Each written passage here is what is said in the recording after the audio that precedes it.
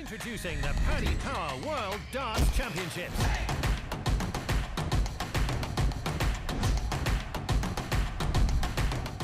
Welcome back to Online Darts, everyone. We're here. We've got Stephen Bunting, the Bullet.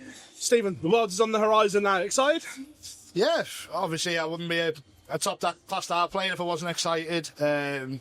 Obviously it's been a great year for me, up to world number 4, and there's been some massive highs this year, winning a few of the, obviously the World Series events, a couple of Pro Tours and a couple of Europeans as well, so yeah, feeling really good, looking forward to it, and I'm playing some great darts. Back end of the year, it's not gone according to plan, results-wise. Performance has been good, but not picking up perhaps the results that those performances deserve. Does that play on your mind at all? No, I think you've got to forget about it. Once it's done, it's done. There's no going back and changing that now, so I need to work harder than ever, make sure that I maintain my level. And like I said, I've been happy with some of the performances I played. Obviously, Grand Slam didn't go to plan. But I push on now towards the back end of the year. I fully focus on that. Keep on the practice board. I've got a lot of exhibitions in between now and the Worlds as well. And yeah, just staying on the board, keeping myself as mentally prepared as I possibly can be. You got one eye on those chasing pack below you, because the gap's just got maybe a little bit too close for comfort? Not really. I think they should have an eye on me, because I've had a couple of really bad months, to be honest, and they should have capitalised. They didn't. So I can count myself lucky in several ways that they've not been able to bridge that gap. There's still a gap there, and I want to put my foot down and now elevate away from them. Never look behind, look in front. And I'm trying to gun down Michael van Gerwen for the number 3 spot. Obviously, if I have a great run in the Worlds as well, I could go up to number 2, so just got to keep doing what I'm doing, stay confident, still believe in my ability, and yeah, keep my feet on the ground. I've got a great team behind me, I've got a lovely family, I've got brilliant fans, and I'm sure they can push me through the last tournament of the year. Is there extra pressure to stay in that top 4 because of everything that comes with it, whether you're 4th, 3rd, 2nd, or wherever that may be? What's the pressure like to stay in there because of what it guarantees? No, not really. I think even if I come out of that, I still think I'd be pretty confident that I'm going to be in most of the tournaments anyway. Obviously, I'm one of the most popular dart players on the planet. But like I said, I believe in my ability. It'd be great to maintain number 4, but also pushing forward to go higher than that. And it's an ambition of mine to become world number 1, whether that's next year, the year after. I've got to knuckle down, I've got to work hard. I'm not a young kid anymore. I'm 40 now, so I've got to work harder than ever to make that happen. Some tournaments I've just got to literally hold my hands up and say it didn't happen, but there'll be other tournaments where I'll play exceptional and get the results, and I've got to look to them big times ahead. You said about chasing Michael for that world number 3. What would it mean if you could get to him? Because again, that's another big step on the Stephen Bunting development. Yeah, you talk about pressure and people dealing with things differently. I think Michael will be the first one to hold his hands up and say he's not played as well as what he can do. So pressure's there all the time, whether you're number 1 in the world or whether you're number 32. It's about staying current, keeping your rankings. And like I said, Michael van Gerwen's one of the best dart players in the world. To be literally trying to chase him down is amazing, to be honest. I'm world number 4, I've got to realise that. And yeah, like I said, I'm playing brilliant darts. Really looking forward to the back end of the year, and then we forget about the Worlds and go on to next year, and it all starts again. But the World Championship has all changed this year. You guys, there's no round 2 cushion. You're all in at the same point. Is that a good thing? That because beforehand it's been said that the ones that have played on that stage maybe have got an advantage at times. Is that a good thing that everyone starts at the level playing field? Yeah, no, I think so. I think obviously things are still to be talked about. We've not really seen the full format and stuff like that.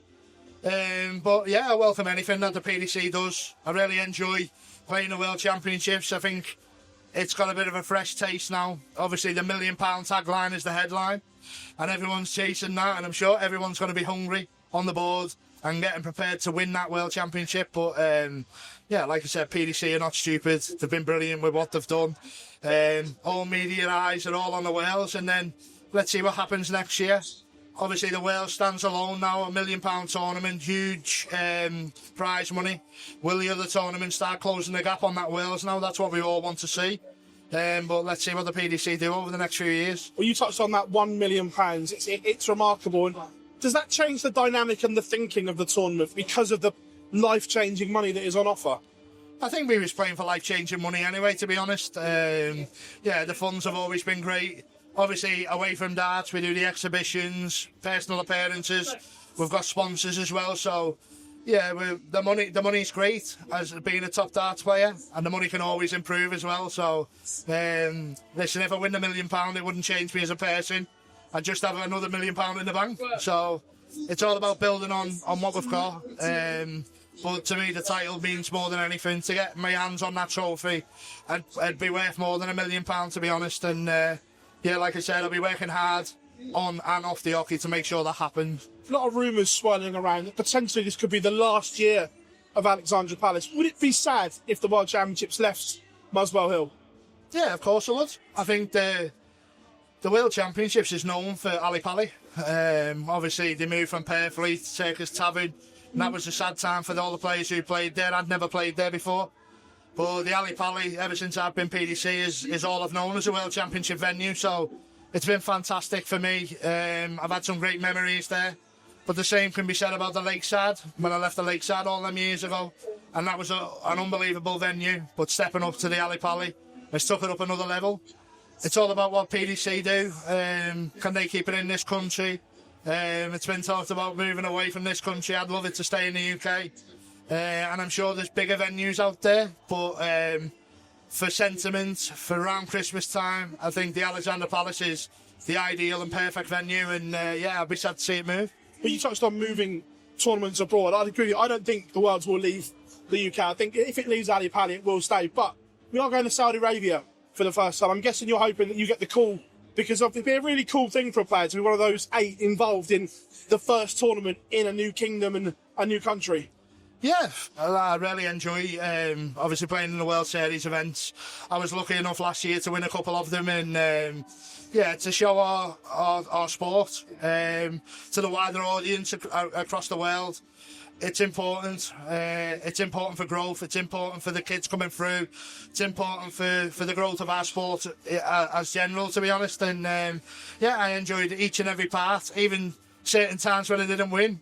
But it's amazing to be in them countries, playing darts at a top class level. And like you said, you know, there's only a few people who are privileged enough to do that. And yeah, like I said, I'm well number 4. I still know I work hard. I don't take nothing for granted in this sport. And yeah, I'll continue to do that and make sure that I am in these events. We see your lad getting better and better. Is he getting close to pushing Dad yet? Not just yet, but I won't give him no chances. I love him to bits, but he's got to learn the hard way, a bit like me when I first started playing. Everyone was beating me up and stuff, and look at me now. So I did say that to him. It makes you tougher, makes you more mentally prepared for things that come. And yeah, he's not going to get some of these young kids throwing 100 averages at him. So yeah, I don't want to push him too much. I want him to develop in his own way. And yeah, I think it's more important at the moment that he studies, he does his schoolwork and gets that behind him, and then he can think about being a dart player. Stephen, pleasure catching up with you. Thank you very much, buddy. Thank you. Love that, man. That was great. Some really good stuff there for the... I say, it's just trying to... Introducing the Paddy Power World Darts Championship.